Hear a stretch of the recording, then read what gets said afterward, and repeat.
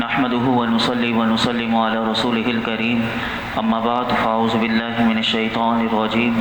بسم الله الرحمن الرحيم وما كان قولهم الا ان قالوا ربنا اغفر لنا ذنوبنا واسرافنا في امرنا وثبت اقدامنا وانصرنا على القوم الكافرين۔ اور وہ اپنی اس دعا کے سوا کچھ بھی نہ کہتے تھے، اے ہمارے رب، ہمارے گناہوں کو اور ہمارے معاملے میں جو ہم سے زیادتیاں ہوئیں انہیں بخش دے اور ہمیں ثابت قدمی عطا فرما اور کافر قوم کے مقابلے میں ہماری مدد فرما۔ گزشتہ آیت مبارکہ میں آپ نے سنا کہ جو گزشتہ انبیاء کرام ان کی امتیں ہوا کرتی تھیں انہیں بھی تکلیف پہنچتی تھی، لیکن اس کے باوجود قرآن بتا رہا ہے کہ وہ ان کے جو صحابہ تھے وہ کس انداز سے دعا مانگا کرتے تھے، یعنی وہ تکلیف پہنچنے پر بے صبری نہیں دکھاتے تھے اور دین کی حمایت اور جنگ کے مقامات پر ان کی زبان پر کوئی ایسا کلمہ نہ آتا کہ وہ جنگ میں اپنی جان کی وجہ سے ان کو گھبراہٹ ہو یا پریشانی ہو یا تزلزل یعنی ان کے قدم ڈگمگا رہے ہوں، اس کا شائبہ بھی نہیں ہوتا تھا، بلکہ وہ میدان جنگ میں ثابت قدم رہتے اور وہاں پر اللہ سے اپنی مغفرت مانگا کرتے تھے اور ثابت قدمی اور فتح و نصرت کی دعا مانگتے۔ اور کیا دعا مانگتے تھے یہ ہمارے لیے بھی ہے کہ ہم بھی اپنے رب کی بارگاہ میں ان کلمات کے ساتھ دعا مانگ سکتے ہیں، اور کتنی پیاری دعا ہے کہ ربنا اغفر لنا ذنوبنا، اے ہمارے رب ہمارے گناہوں کو بخش دے، واسرافنا فی امرنا، اور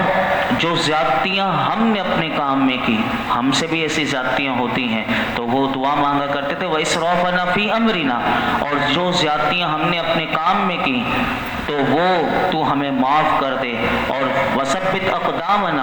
اور ہمیں ثابت قدمی عطا فرما، یعنی ہمارے قدم کو جما دے، وانصرنا علی القوم الکافرین، اور ہمیں ان کافر لوگوں پر مدد دے۔ یہاں پر ان لوگوں کے بارے میں بتایا گیا۔ گزشتہ آیت آپ کو یاد ہو تو آپ نے سنا تھا کہ اللہ رب العالمین نے ان کو ربانیین کہا تھا، یعنی یہ جو اپنے نبیوں کے ساتھ جو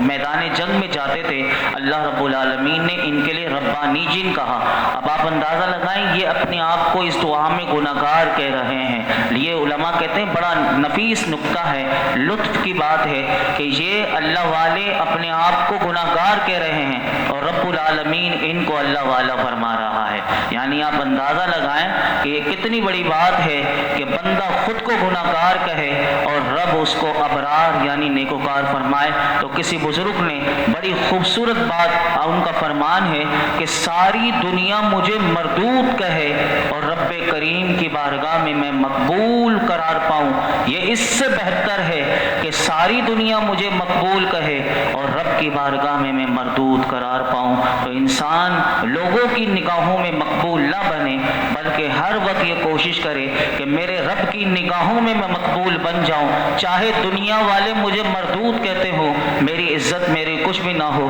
حقیقت میں یہ بزرگ نے کتنی بڑی بات بتا دی کہ انسان اپنے رب کی بارگاہ میں مقبول بنے۔ اور یہاں سے علماء فرماتے ہیں اس آیت سے یہ بھی پتہ چلا کہ جب بھی اللہ کی بارگاہ میں دعا مانگنی ہو، اپنی حاجت پیش کرنی ہو، تو اس دعا کا ادب ہمیں بتا رہا ہے کہ پہلے توبہ کرو، پھر استغفار کرو اور پھر اپنے رب کی بارگاہ میں اپنی حاجت پیش کرو۔ تو یہ آداب دعا اس دعا سے بھی ہمیں پتہ چلے۔ آگے سنیے، فرمایا فآتاہم اللہ ثواب الدنیا وحسن ثواب الآخرہ واللہ یحب المحسنین۔ تو اللہ نے انہیں دنیا کا بھی انعام عطا فرمایا اور آخرت کا اچھا ثواب بھی، اور اللہ نیکی کرنے والوں سے محبت فرماتا ہے، اللہ نیکی کرنے والوں سے محبت فرماتا ہے۔ یہاں پر مفسرین فرماتے ہیں انبیاء کرام علیہم السلام کی معیت میں دین خدا کے لیے جد و جہد کرنے والوں کے بارے میں رب نے فرمایا کہ ان کی حسن نیت اور حسن عمل کی وجہ سے اللہ رب العالمین نے ایسے لوگوں کو دونوں جہانوں کی کامیابیاں عطا فرمائی، اور اس میں سے دنیا میں بھی انہیں فتح و نصرت سے نوازا اور دشمنوں پر انہیں غلبہ عطا فرمایا، جبکہ آخرت میں ان کے لیے مغفرت، جنت اور رضا الہی کا انعام اللہ رب العالمین نے ان کے لیے رکھ دیا۔ تو اس سے پتہ چلا کہ آخرت کا ثواب جو ہے وہ دنیا کے انعام سے کہیں زیادہ ہے۔ اس آیت میں لفظ حسنہ یعنی آخرت کے ساتھ حسنہ کا لفظ اضافہ کیا گیا، تو یہ بھی پتہ چلا کہ جو دین کی خدمت کرتے ہیں اللہ رب العالمین انہیں دنیا بھی عطا فرماتا ہے۔ یہ آیت سے یہاں سے پتہ چلا۔ آگے اللہ رب العالمین نے ارشاد فرمایا، یا ایھا الذین آمنوا ان تطیعوا الذین کفروا یردوکم علی اعقابکم فتنقلبوا خاسرین۔ اے ایمان والو، اگر تم کافروں کے کہنے پر چلے تو وہ تمہیں الٹے پاؤں پھیر دیں گے، پھر تم نقصان اٹھا کر پلٹو گے۔ یہاں پر اللہ رب العالمین نے مسلمانوں کو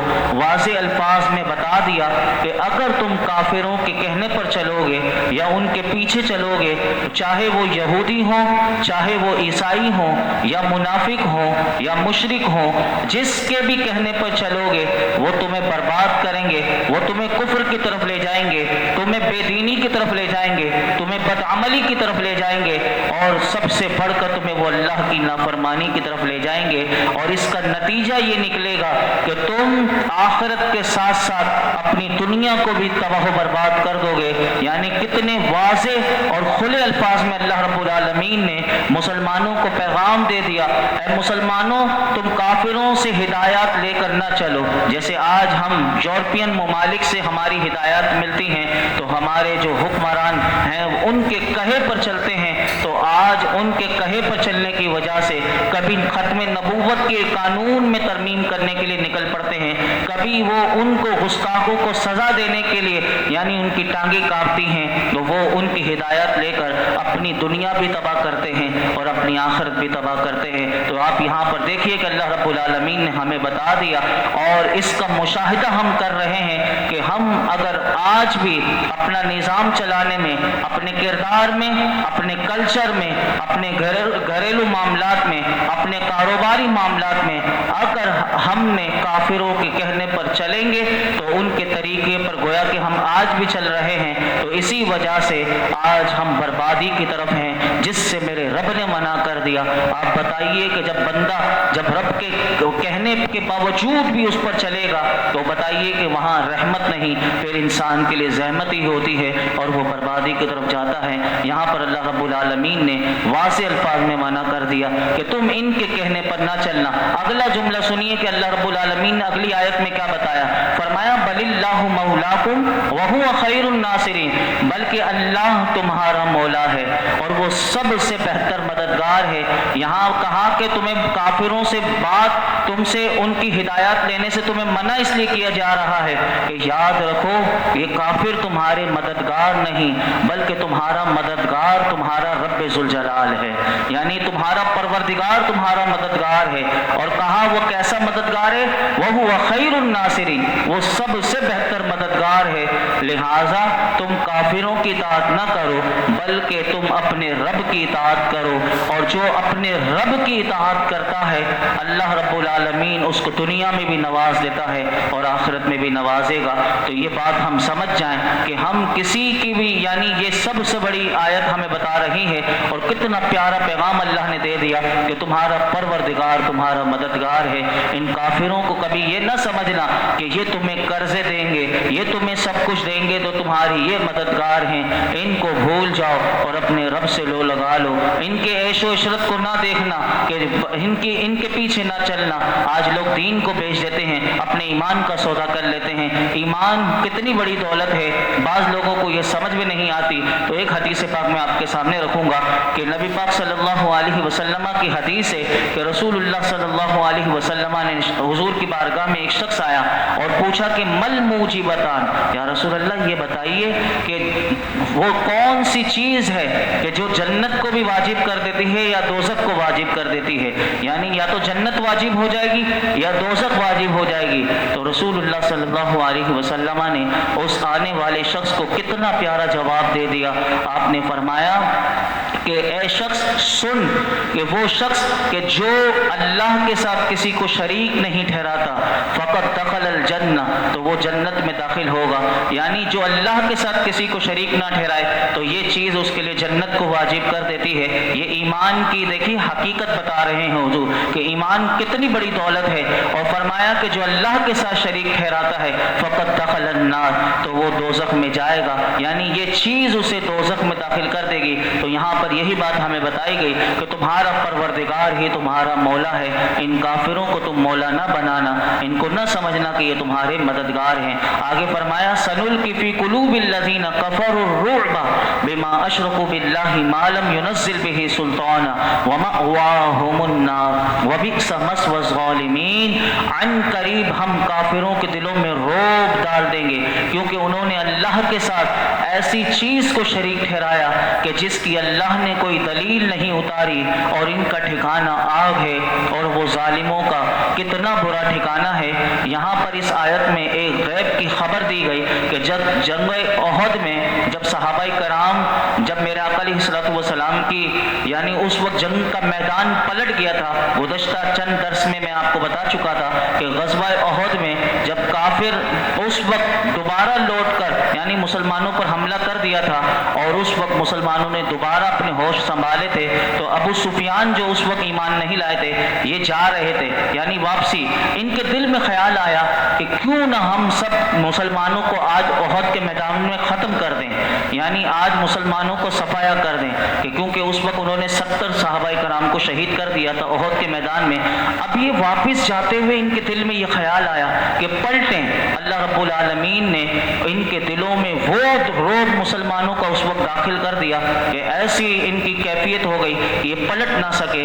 اللہ رب العالمین اس کی ہی خبر دے رہا ہے کہ اس وقت اللہ رب العالمین نے مسلمانوں کو بچایا اور کافروں کے دلوں میں مسلمانوں کا رعب ڈال دیا۔ تو اس بات کی خبر دی گئی اور بتایا گیا کہ اللہ رب العالمین نے ان کے دلوں میں رعب کیوں ڈالا، تو رعب ڈالنے کی وجہ بتا دی کہ یہ لوگ اللہ کے ساتھ شریک ٹھہرانے والے تھے، یعنی جس کی اللہ نے کوئی دلیل نہیں اتاری، یہ اللہ کے ساتھ ان بتوں کو بھی معبود بناتے تھے۔ تو کہا ان کا ٹھکانہ آگ ہے اور وہ ظالموں کے لیے کتنا برا ٹھکانہ ہے۔ تو یہ بات یہاں پر بتائی گئی۔ آگے فرمایا وَلَقَدْ صَدَقَكُمُ اللَّهُ وَعْدَهُ إِذْ تَحُسُّونَهُم بِإِذْنِهِ حَتَّى إِذَا فَشِلْتُمْ وَتَنَازَعْتُمْ فِي الْأَمْرِ وَعَصَيْتُم مِّن بَعْدِ مَا أَرَاكُم مَّا تُحِبُّونَ مِنكُم مَّن يُرِيدُ الدُّنْيَا وَمِنكُم مَّن يُرِيدُ الْآخِرَةَ ثُمَّ صَرَفَكُمْ عَنْهُمْ لِيَبْتَلِيَكُمْ وَلَقَدْ عَفَا عَنكُمْ وَاللَّهُ ذُو فَضْلٍ عَلَى الْمُؤْمِنِينَ۔ اور بے شک اللہ نے تمہیں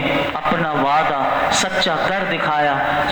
جب تم اس کے حکم سے کافروں کو قتل کر رہے تھے، یہاں تک کہ جب تم نے بزدلی دکھائی اور حکم میں آپس میں اختلاف کیا اور تم نے اس کے بعد نافرمانی کی، جب اللہ تمہیں وہ کامیابی دکھا چکا تھا جو تمہیں پسند تھی، تم میں کوئی دنیا کا طلبگار ہے اور تم میں کوئی آخرت کا طلبگار ہے، پھر اس نے تمہارا منہ ان سے پھیر دیا تاکہ تمہیں آزمائے، اور بے شک اس نے تمہیں معاف فرما دیا ہے، اور اللہ مسلمانوں پر بڑا فضل فرمانے والا ہے۔ یہاں پھر غزوہ احد کی بات کی گئی اور بتایا گیا کہ اللہ نے جنگ احد میں اپنا وعدہ پورا کر دیا۔ کون سا وعدہ؟ پیچھے کہا تھا مسلمانوں وَلَا تَهِنُوا وَلَا تَحْزَنُوا وَأَنْتُمُ الْأَعْلَوْنَ کہ تم سستی نہ کرنا اور غم نہ کرنا، تم ہی کامیاب ہوگے۔ تو وہی بات یہاں پر فرمائی کہ اللہ نے اپنا وعدہ پورا کر دیا۔ اے مسلمانوں تمہیں کہا تھا کہ اگر تم ہی غالب رہو گے، اگر تم ایمان والے ہو اور تم غالب تھے